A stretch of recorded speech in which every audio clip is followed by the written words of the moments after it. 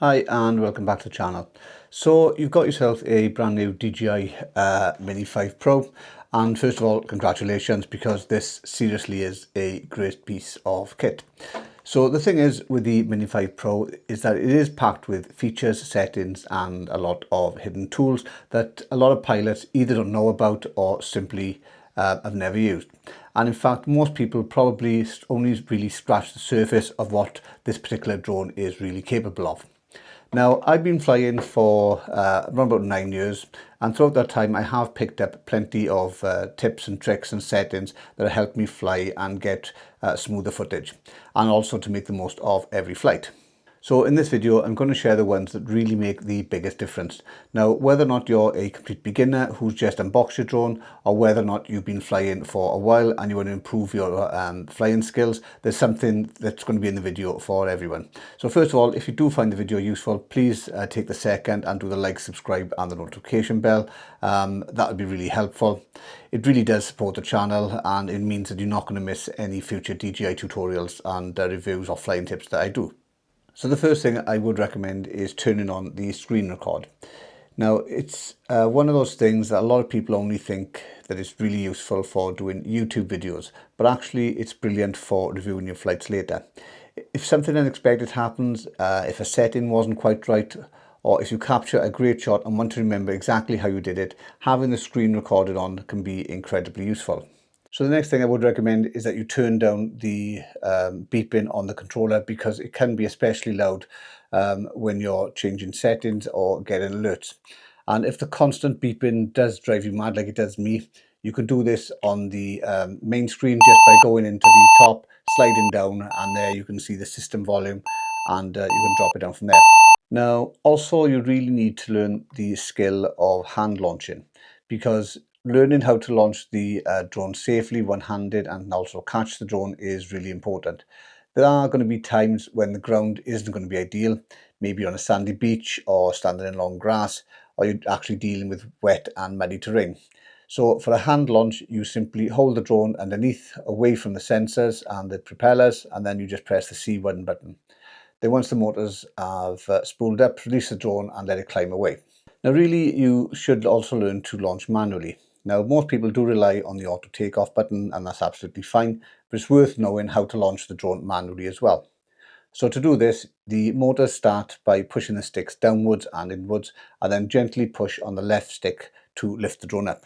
And it's a simple skill, but it's a useful one if the auto takeoff isn't working quite as you want it to. And this could be if you're launching in a tricky location. Now, I don't tend to use manual takeoff all the times, but I like knowing it's there as a backup. And the more comfortable you are flying the drone manually, the more confident you'll be when things don't go exactly to plan. Now, you also want to learn how to catch the drone. And for this, I actually recommend disabling the downward sensors if your conditions allow. Otherwise, the drone can sometimes fight against you trying to land it because it thinks your hand is the ground. So you need to bring the drone down slowly, grab it firmly from underneath, and then either use the stick command to stop the motors or perform the flip to shut it down. And I will be honest, it does feel a little bit intimidating the first times you do this, but once you've practiced it in calm conditions, it quickly becomes second nature, and it will give you a lot more flexibility when you're flying in tricky locations. Now, I'd also recommend using a landing pad, even if you are comfortable with hand launching. Now, the Mini 5 Pro does sit very close to the ground, and that means that it's easy for dust, dirt or tiny stones to get kicked up into the gimbal during takeoff. And having a landing pad is a really cheap insurance to make sure that nothing goes wrong. And when you are flying, make sure that you don't rush the takeoff. One of the biggest mistakes beginners do is launching too quickly, even before any flight checks have been done or before they've checked the GPS status. So if it's yellow, you really need to wait until it turns to a solid white, and then that means that the drone's going to have a much stronger GPS lock and much more accurate home point. And after takeoff, you need to hover for a few seconds at around about 7 meters, because this is going to give the drone a chance to settle itself and establish its position properly before moving off. And before you do actually fly away, then it's worth double checking that the obstacle avoidance is actually active. So take a quick look to make sure that you've got the right icon on the top right hand side of the screen. It's not a replacement for good flying, as I've said in other videos, but it can save you from having an expensive mistake if you get distracted or misjudge a distance.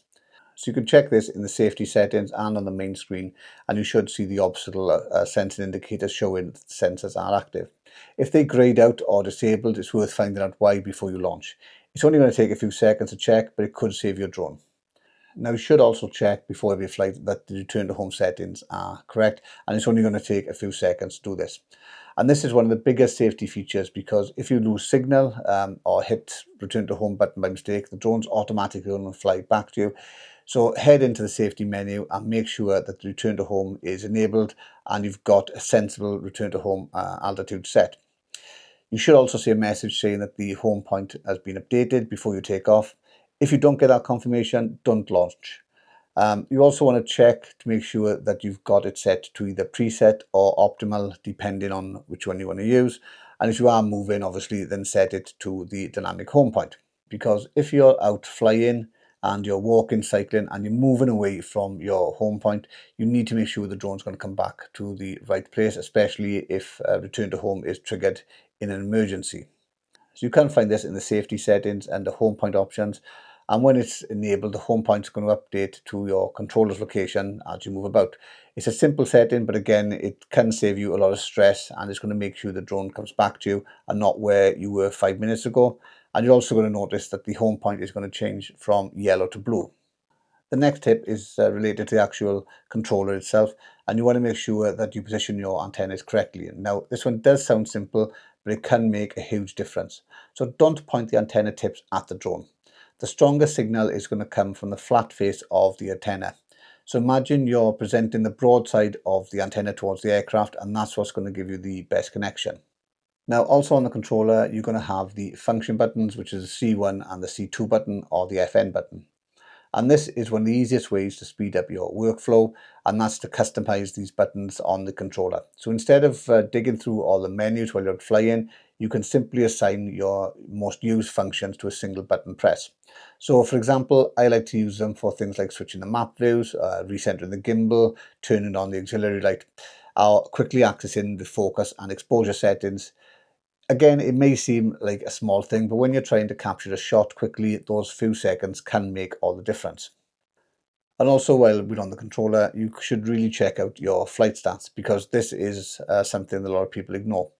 Now, every now and again, it is worthwhile going in, having a look to see exactly what you've done in the past, and you'll be surprised to see how much distance you've covered, your flight total time, and how your experience is growing over time. Also, it may spark a memory of something that's happened on a previous flight that you may need to change for future flights. Now, if you're still shooting in auto, the biggest improvement you can make is learning to shoot in manual mode. And the reason for this is consistency.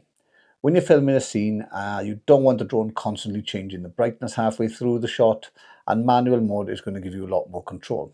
So the first thing I would do when you're going into manual mode is to switch on the zebra stripes and the histogram if you're not already using them. And they will instantly show you the part of the image which is being overexposed. And as I just said, I would also recommend turning on the histogram. At first, it may look a little bit intimidating, but once you understand how it works, it's just like having a little exposure assistant built into the drone. So instead of guessing whether or not the image is too bright or too dark, the histogram will show you exactly what's happening. So for example, if your highlights are too bright and blown out, or your shadows are crushed, you're going to see this within the histogram. Next, you want to learn about the ISO, and the ISO controls how sensitive the camera is to light. So the higher the ISO, the brighter the image becomes, but the trade-off is that you're going to get more digital noise, which can make the footage look grainy and less detailed. Now, most of the time, I would recommend keeping the ISO as low as possible, especially when you're shooting in manual mode. But if you are shooting sunrises or sunsets, this can be the exception, because the light can change very, very quickly. And this is where the Mini 5 Pro's dual native ISO fusion can be helpful. So in simple terms, the camera combines information from two different ISO levels to create one more balanced image. And that's going to give you greater dynamic range. And that means better highlights and shadow details, especially in high contrast scenes like golden hour. Now the catch is that this feature only works in automatic exposure modes. So if you're filming a sunset and don't want to constantly change the settings, using auto ISO can be your smart choice. For most other situations though, I still prefer manual mode, and that's going to give me maximum control and consistency. Now again, when you are filming, for a general rule, I tend to use 60 frames a second, especially when I'm flying the drone close to subjects like trees, buildings or people. Those extra frames do allow me to slow the footage down in post, and that can also help me create smoother and more cinematic shots. If, on the other hand, I am flying at altitude, especially for landscape shots, I tend to keep it to around about 25 to 30 frames a second, because there's typically less movement in the frame, so I don't need to slow the motion down, and it also is going to help keep the file sizes smaller while still looking great. And along with the frame rates, you're going to have shutter speeds. Now, whenever you choose a frame rate, try and match your shutter speed using the 180-degree rule. That means your shutter speed should be roughly double your frame rate. So if you're shooting at 30 frames a second, try and use 1/60th of a second as your shutter speed. Similarly, if you're shooting at 60 frames a second, try and get 1/120th of a second. And this is going to create natural looking motion blur, and it's going to help your footage look smooth and cinematic rather than over sharp and jittery. And this is why we use ND filters, because they help you achieve those shutter speeds even in bright daylight. Because a fast shutter speed will freeze the movement, and a slow shutter speed creates motion blur. Now, neither of these is right or wrong, and it depends entirely on what you're looking for and what you're trying to achieve. Now, when you use ND filters, they do reduce the amount of light that's entering the lens. And this matters because it allows you to use slower shutter speeds and create more natural looking motion blur. So you will put the ND filter on, and that's going to bring down the shutter speed for that 180-degree rule. And also remember that you need to expose for the brightest part of the image. Now, putting ND filters on can be a little bit of a pain, but you need to avoid overstressing the gimbal. So I would recommend that you make sure the drone is off and then put the bottom of the ND filter on first. Now, once you've done all this, you really want to look at the white balance, and this is one that gets overlooked all the time. You don't really want to leave the white balance on auto. Well, you sort of do. You initially want to have it on auto, and then that means that the camera is going to find the correct value. You then need to switch it over to manual and lock it in, because otherwise the colors can shift when you're recording and it becomes very obvious in the final video. Now, light dim will also make a massive difference. And if there's one thing that's going to improve your footage more than anything else, it's going to be good light. So the golden hour, which is just after sunrise and before sunset, is often the best time to fly, because the sun is going to be lower in the sky, and that's going to create softer light, warmer colors and longer shadows, and that means it's going to add more depth to your shot. So you want to try flying with the sun to the side of the subject rather than directly overhead, because this creates too much texture and dimensions. And don't worry if it's cloudy, because overcast days can be fantastic for filming things like forests, waterfalls, landscapes, because the cloud will act like a giant softbox and give you even softer light with no harsh shadows. So next, you want to make sure that you use the right color profile. And when talking about color profiles, we need to look at the 3 color profiles, because this confuses a lot of people a lot of the time. So the Mini 5 Pro gives you 3 color options: normal, HLG and D-Log-M. And for most people, normal is absolutely fine. The footage looks colorful and contrasty straight out of the camera. So if you don't want to spend time color grading, this is going to be the easiest option. So next you've got HLG, and this is designed for HDR workflows. So unless you specifically know you're delivering HDR content, I'd honestly skip it. It can make editing more complicated, and the colors don't always look consistent across different devices. And then that's going to finally leave D-Log-M, which I find that I use most of the time, because it records in 10-bit, and that's going to give you over 1 billion colors compared to 16 million in 8-bit. And the benefit of this is, if you are, say, filming the sky, you're going to have less banding and more color options and flexibility when it comes to color grading, especially in things like sunrises and sunsets. So the downside of D-Log-M is that it looks flat and washed out straight from the camera, and that's completely normal. Now, if it does bother you, you can turn on the color assist option on the controller, and that's going to give you a normal looking profile while you're still recording in D-Log-M. So my recommendation is simple. Use normal if you want footage ready to upload, and use D-Log-M if you want the best image quality and don't mind a little editing afterwards. Now, DJI also supply a LUT, which you can easily then color grade the footage afterwards for more flexibility. And then you want to look at the resolution. Now, a lot of people confuse resolution with color depth, but they are actually two completely different things. So 4K versus 1080p is what it's all about. 4K will give you around about 4 times the pixels, which means you're going to get a sharper image and more flexibility to crop in, zoom and stabilize the footage later. And that's why I almost always recommend shooting in 4K. Even if your video is going to be exported in 1080p, always shoot in 4K. So if you plan to edit and grade your footage, always shoot in 4K 10-bit D-Log-M.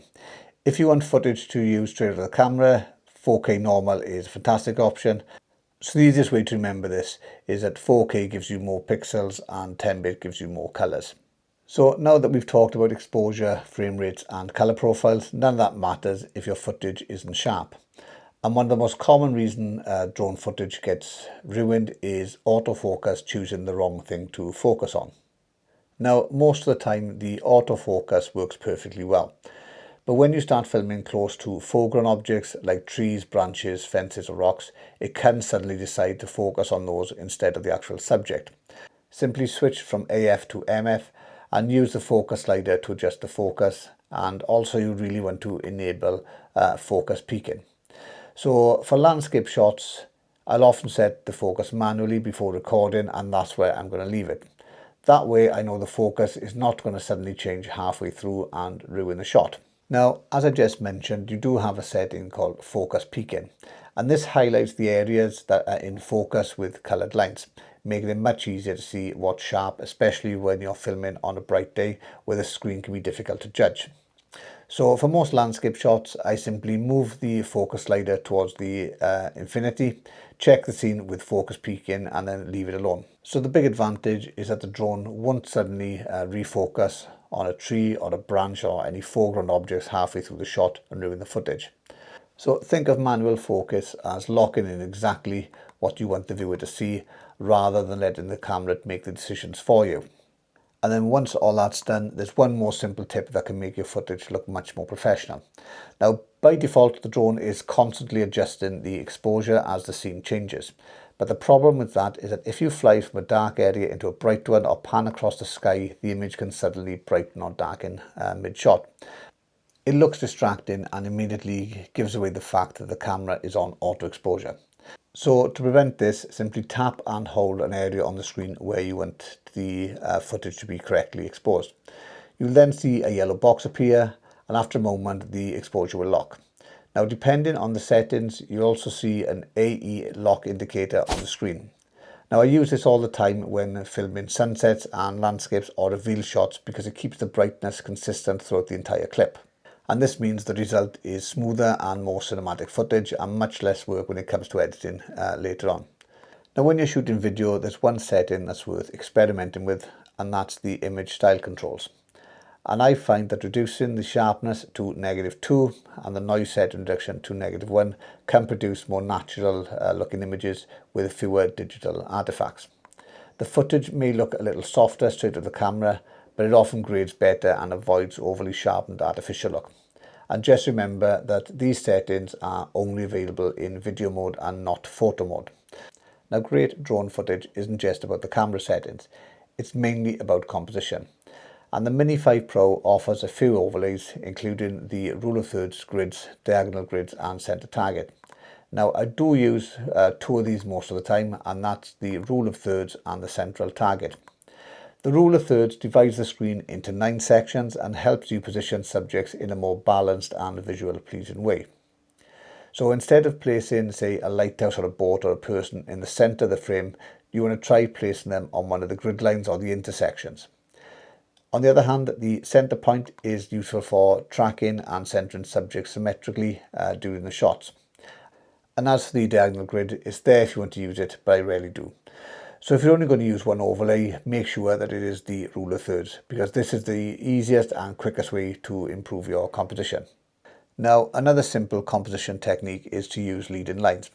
And these are natural lines within the scene that guide the viewer's eyes towards the subject. And leading lines can be roads, rivers, coastlines, fences, pathways, or even rows of trees. So instead of the viewer looking randomly around the frame, you can use these lines to draw their attention exactly where you want it to go. So for example, a winding road that leads to a lighthouse or a river that points towards a mountain, the composition becomes instantly stronger and more engaging. Now, it is a simple technique, but it can make, again, a huge difference to how professional that your shots are going to look. Another thing you want to consider are the framing guides, because these are a great tool if you're creating content for multiple platforms. So unlike the composition grids, they're going to show you exactly what your footage will look like when it's cropped into different aspect ratios, such as for vertical shots, for shorts, reels, or TikTok. And the best part is that they don't affect the footage being recorded. The drone still captures the full frame. They simply help you keep your subject inside the safe area so it won't get cropped out later. Now, I do use them all the time when I'm shooting in 16:9, and I plan to create both widescreen and vertical videos from the same clip. Another mistake I see all the time is people trying to capture everything in one single shot. Pilots are flying forwards, climbing, yawing, and tilting the gimbal all at the same time. The problem is it gives the viewer too much to look at, and it also makes the footage look messy and distracting. Instead, try and keep your shots simple. Focus on one movement and one subject at a time. A clean control shot will almost look more cinematic than a complicated one where everything is all happening at once. Another common mistake is filming a beautiful landscape with no clear subject. Now, it might look nice, but it's not going to hold the viewer's attention for long. So the subject could be a person or a boat or a lighthouse or a castle or even a lone tree, anything that's within the context of the landscape.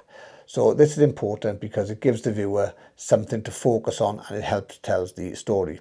So think about the difference between a shot of a coastline and a shot of a boat along that coastline. Instantly the viewer is going to become more engaged because they're wondering where the boat's going to and what's going to happen next. So before you hit record, ask yourself, where's my subject? If you can't answer that, the shot probably needs more thought. And whilst you're doing that, one of the biggest improvements you can make is to fly with intent. Don't just launch the drone and hope something interesting is going to happen. Before you take off, think about the shot. What is it that you want to do? What is it that you want to reveal? Is it going to be a tracking shot, a low orbit, or a pull away? So have a plan and fly the shot, and then focus on getting it as cleanly as possible. This way you're going to end up with better footage, waste less battery, and spend less time sorting through random clips when you get back to edit your footage. And then when you have got that, make sure you lock into the shot. A lot of pilots will start flying towards something, then yaw, and then tilt the gimbal. And it's going to change the direction halfway through. So instead, pick one movement and commit to that. Lock the shot in, keep your orientation consistent, the focus consistent, and make sure you do create a nice, clean, intentional movement from start to finish. You'll end up with a series of simple, usable shots that are much easier to edit together and usually much more professional looking than one complicated shot that's trying to do everything at once. And then when you have got it locked in, you want to start filming for longer. A lot of people will just go up and shoot what they think is going to be long enough, but don't do that. Keep flying and keep recording for a few extra seconds. If, for example, you need 10 seconds of footage, then record for 20 seconds. Because in the edit, you may want to match the cuts to the music or slow the footage down or hold on to a shot for longer than you expected. So the rule is simple. Take the shot you think you're going to need and then get a little bit more. It's always better to come home with too much footage than realize that you don't need it rather than not have enough. Now, some shots simply suit drones better than others. And my favourites are slow sideways shots, crane shots where the drone rises up or falls away whilst moving, and slow and low passes over landscapes. And these movements create depth and reveal the scene gradually and show what a drone can do that a normal camera can't. So the key here is not to rush. Most beginners fly too fast. Slow controlled movements almost always make more cinematic and professional shots, especially when combined with a strong subject and good composition. And this is why I said about filming in 60 frames per second earlier, because it does mean that you can slow down. Now you can take this one step further if you want to, and that's by spending a few minutes tweaking the gain and export settings. So by default, controls can feel a little abrupt, especially when you're starting or stopping a movement. So by reducing the sensitivity slightly, it will help soften the stick inputs and make your pans and reveals and tracking shots look much smoother and more professional. So you don't need to do huge changes, just a few small adjustments can make the drone feel less reactive and give your footage that more polished cinematic look. And one of the easiest ways you can create more interesting drone footage is to simply point the camera down. Now, most people spend all their time flying at the horizon, but looking down can reveal patterns, textures and leading lines that you simply can't see from the ground. Things like roads, rivers and coastlines, fields, even waves can create striking compositions from above. It's also going to give the viewer a unique perspective they don't normally get to see, which is one of the biggest advantages of flying a drone in the first place. So don't just look out, remember what's down below you as well. So the next one could be a little more controversial. And my advice is simply don't shoot directly in 9x16 unless you absolutely have to. Instead, shoot in 16x9 and then crop vertically for platforms later on. And this is one of the reasons I said about using those guides earlier. The reason is going to be flexibility. A 16:9 recording can give you far more options when you're editing and you want to create different aspects. So you can create a widescreen YouTube version, a vertical shot, and then even multiple crops from the same clip. Now, I also try and avoid rotating the gimbal into vertical mode because that locks you into that format from the start. By shooting in 4K 16:9 and using the frame guides, you can keep the subject within the safe area all the time and decide how you want to crop it later. So as long as you're shooting in 4K, a little bit of cropping is absolutely fine and usually won't have a noticeable impact on the image quality.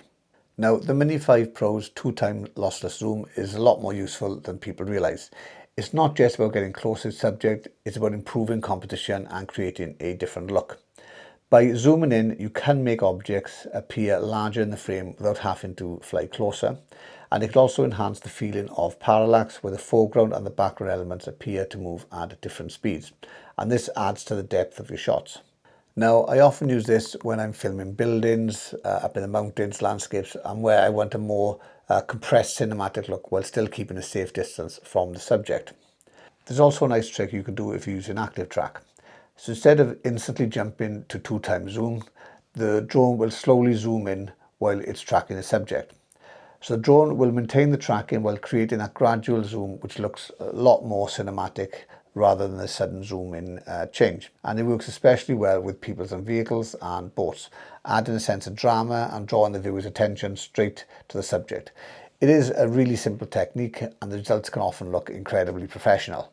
Now, if you're in a new location and you're looking for compositions and planning the next shots, then you really need to switch over to photo mode and set the aspect to 4:3, because this gives you a wider field of view than standard video and allows you to see more of the scene and give you a better understanding of your surroundings. So I do this all the time when I'm out scouting new locations because it makes it much simpler to spot leading lines, subjects and interesting compositions.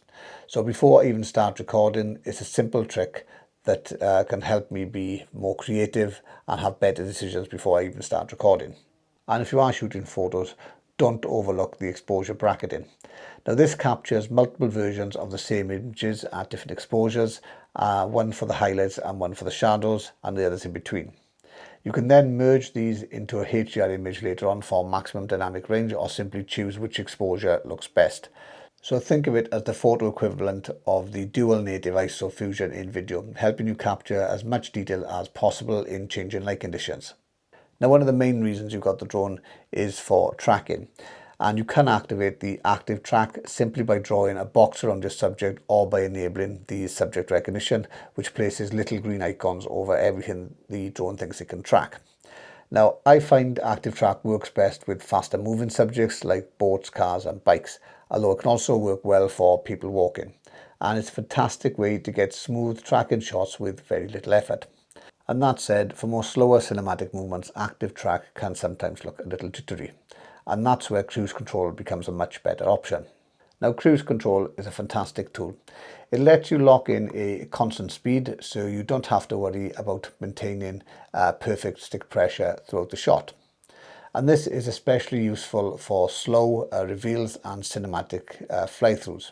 And you can even combine cruise control with other stick inputs and give movements to create more complex and professional looking shots. So the next one is something I wouldn't really recommend unless you are really confident in your flying skills. If you're trying to capture those low cinematic skimming shots over grass, sand, water, you may find that the drone suddenly climbs or hesitates on its own. And that's often the downward sensors doing exactly what they're designed to do, and that's preventing the drone from getting too close to the ground. So in situations like this, experienced pilots will sometimes disable the downward sensors to get a smoother, lower, more controlled altitude and give you that exciting shot that you're going for. But just remember that once those sensors are off, the drone is relying on you entirely.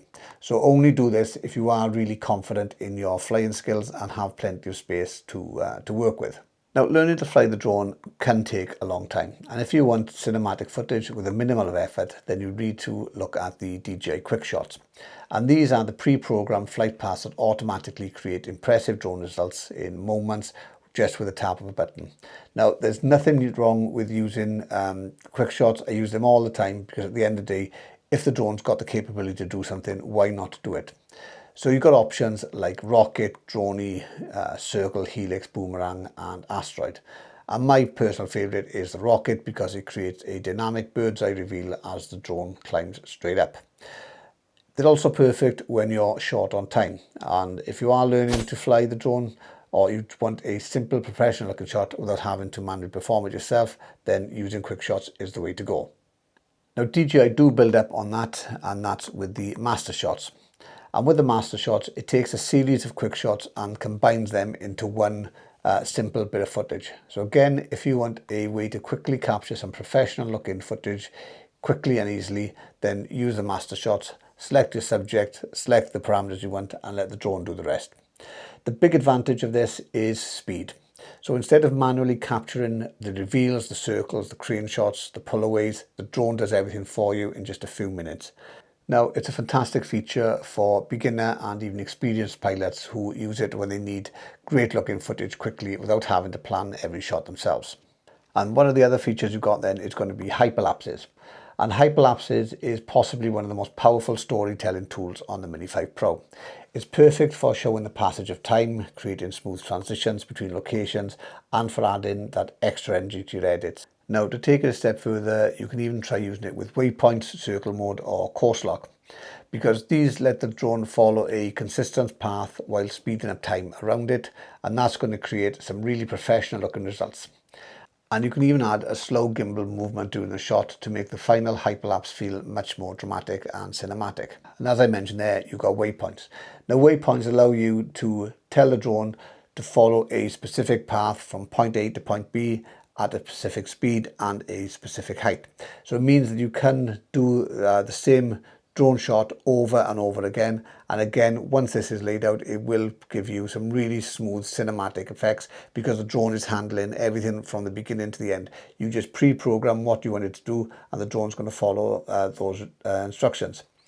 It also means that you can fly the drone at different times of the day or the year, and the drone's going to follow the same path automatically, and then you can do some more transitions, for example, day to night or summer to winter. So using waypoints is a really, really versatile tool as well. So my final tip is simple, and that's to stop worrying about the settings and just go out and fly. The best way to improve your footage isn't by watching endless tutorials, it's by getting the drone in the air and trying new shots, making mistakes and learning from them. Every new flight teaches you something, and every flight will make you a better pilot and filmmaker. And most importantly, have fun with the drone. After all, that's why we bought them. If you found the video useful, if you could do the like, subscribe, notification bell and the hype, that would be greatly appreciated. And if you've got any questions in relation to the DJI Mini 5 Pro, the Mini 4 Pro, the Neo 1, the Neo 2, the Lito X1 Pro or Pro Max, the Hover X1 Pro, Pro Max, or any of the Potensic drones, also let me know in the comments. And if there's anything you want to see in the future, let me know and I'll come back to you as soon as I can. And again, thanks for watching and I'll catch you again soon. Bye.